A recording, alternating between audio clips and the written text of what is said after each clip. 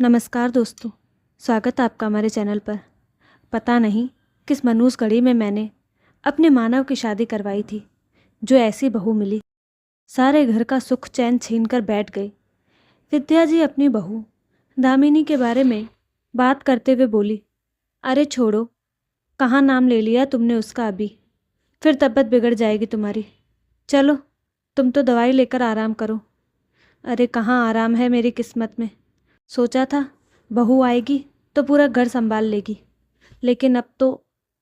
मानव ने ऑफिस से आकर घर में प्रवेश ही किया था कि अचानक उसके पापा रमेश जी की आवाज़ उसके कानों में पड़ी। मानव की माँ, जरा इधर रसोई में आना तो, जरा ये सब्जी चक्कर बताओ तो कैसी बनी है।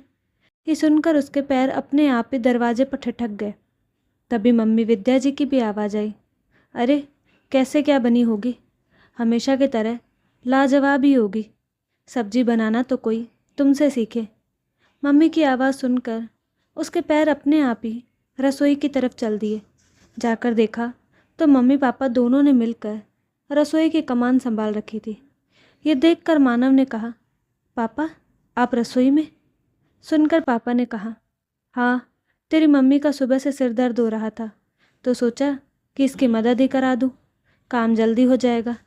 आखिर मेरी जीवन साथी है, उसे अकेला कैसे छोड़ दूँ। बस बेटा तू बाहर बैठ, अभी खाना तैयार हो जाएगा, फिर तीनों मिलकर साथ ही खाना खा लेंगे, मम्मी ने कहा। सुनकर मानव वापस बाहर आ गया और अपने कमरे में जाकर चेंज करने लगा। चेंज करते समय भी उसके दिमाग में कई बातें चल रही थी, पर उसने कुछ नहीं कहा, चुपचाप चेंज कर बाहर आ गया। तब तक मम्मी पापा भी आ चुके थे। तीनों ने मिलकर खाना खाया। तब मानव ने देखा कि कैसे पापा मनुहार कर मम्मी को भी खिला रहे हैं। अरे क्या एक रोटी खाकर ही उठ रही हो, थोड़ा ढंग से खा लो, दवाई भी तो लेनी है। अजी खा तो चुकी हूँ, इससे ज़्यादा नहीं खाया जाएगा मुझसे, तुम्हें पता है ना तबीयत ठीक नहीं है। मम्मी मना करते हुए बोली, हाँ पता है, पर अगर खाना ढंग से नहीं खाओगी तो दवाई असर कैसे करेगी। कहकर पापा ने एक रोटी मम्मी की थाली में और रख दी। दोनों खाना खाते समय आपस में बातें कर रहे थे, लेकिन मानव ने एक शब्द नहीं कहा। चुपचाप खाना खाया और अपनी थाली रसोई में जाकर धोकर रख कर आ गया और अपने कमरे में आकर लेट गया। ये देखकर विद्या जी ने कहा, लगता है आज मानव बहुत ही ज़्यादा थक गया है, तभी कुछ बोल नहीं रहा। अरे थक जाता है, ऑफिस में कितना काम रहता है, ऊपर से कितनी टेंशन है उसे, रमेश जी ने कहा। पता नहीं किस मनहूस घड़ी में मैंने अपने मानव की शादी करवाई थी। जो ऐसी बहू मिली, सारे घर का सुख चैन छीन कर बैठ गई। विद्या जी अपनी बहू दामिनी के बारे में बात करते हुए बोली, अरे छोड़ो, कहाँ नाम ले लिया तुमने उसका अभी, फिर तबीयत खराब हो जाएगी तुम्हारी। चलो तुम तो दवाई लेकर आराम करो। अरे कहाँ आराम है मेरी किस्मत में। सोचा था बहू आएगी तो पूरा घर संभाल लेगी, लेकिन अब तो अपना काम खुद ही करना है। पहले बर्तन धोकर रखा हूँ, फिर दवाई लेकर आराम करूँगी। कहते हुए विद्या जी उठकर रसोई की तरफ जाने लगे तो रमेश जी उनके साथ साथ रसोई में सामान रखने आ गए। अच्छा ठीक है, तुम बर्तन धो लो, तब तक मैं रसोई की सफाई कर देता हूँ। आखिर दोनों पति पत्नी ने मिलकर रसोई का काम निपटाया और अपने कमरे में आराम करने आ गए। इधर मानव बिस्तर पर लेटा जरूर था, पर उसे नींद नहीं आ रही थी। मानव को उन दोनों की आवाज़ें आ रही थी, कैसे मम्मी पापा मिलजुल कर काम कर रहे थे। ये सुन देखकर मानव के मन में कई सवाल चलने लगे। पापा का कहे हुए शब्द उसके दिमाग में अभी भी घूम रहे थे। आखिर मेरी जीवन साथी है, उसे अकेला कैसे छोड़ दूँ। अभी 5 महीने पहले ही तो उसकी शादी दामिनी के साथ हुई थी। उसकी अरेंज मैरिज थी। मम्मी पापा ने अपनी पसंद से उसकी शादी करवाई थी और दोनों ही इससे बहुत खुश थे। दामिनी भी पढ़ी लिखी और पारिवारिक लड़की थी। आते ही उसने घर की पूरी जिम्मेदारी उठा ली। लेकिन अब धीरे धीरे मम्मी पापा छोटी छोटी बातों पर नाराज़ होने लगे थे। एक दिन उन्होंने मानव को अपने कमरे में बुलाकर कहा, बेटा तेरी शादी हो गई है, थोड़ा सा बदलाव तो ला अपने अंदर। पत्नी के आने के बाद भी तुम अपने बर्तन खुद सिंक में रख कर आते हो। अभी सुबह मैंने देखा कि तुम अपना शर्ट खुद प्रेस कर रहे थे। बेटा इतना सिर मत चढ़ाओ उसे। अगर एक बार बहू सिर चढ़ गई ना तो फिर कंट्रोल में नहीं आने वाली। ये सुनकर मानव ने कहा, पापा, दामिनी को सुबह कितने काम होते हैं। उस समय वो आप दोनों का नाश्ता तैयार कर रही थी, इसलिए मैंने अपना शर्ट खुद प्रेस कर लिया। और फिर मैं पहले भी तो अपना ये सब काम करता था, तो फिर अब क्या हो गया। ये सुनकर विद्या जी अपना हाथ अपने सिर पर मारते हुए बोली, ऐसे तो कर लिया इसने कंट्रोल अपनी पत्नी को। अरे पहले की बात और थी, पहले तेरी पत्नी इस घर में नहीं थी, लेकिन अब तो वो आ चुकी है, तो अब उसके काम उसको ही करने चाहिए। तेरा काम समय पर करना उसकी जिम्मेदारी है।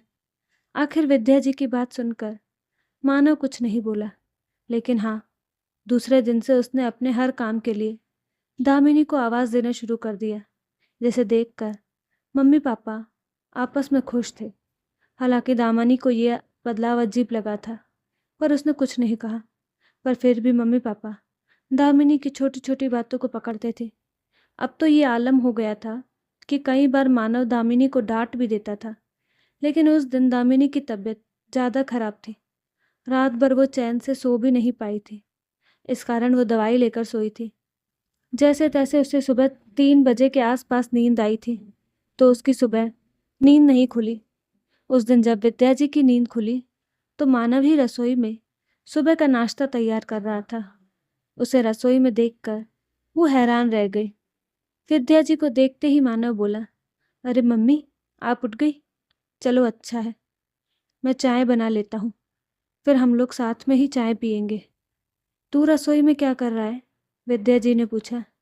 अरे मम्मी, दामिनी की तबीयत खराब है, रात भर बुखार से तप रही थी, अभी सुबह 3 बजे ही दवाई लेकर सोई है, इसलिए उसकी नींद नहीं खुली, तो सोचा चलो आज चाय नाश्ता मैं ही तैयार कर देता हूँ। कहकर मानव गैस पर चाय के लिए पानी चढ़ाने लगा। अगर बहू की तबीयत खराब थी तो तू मुझे बोल देता, मैं बना देती, विद्या जी ने कहा।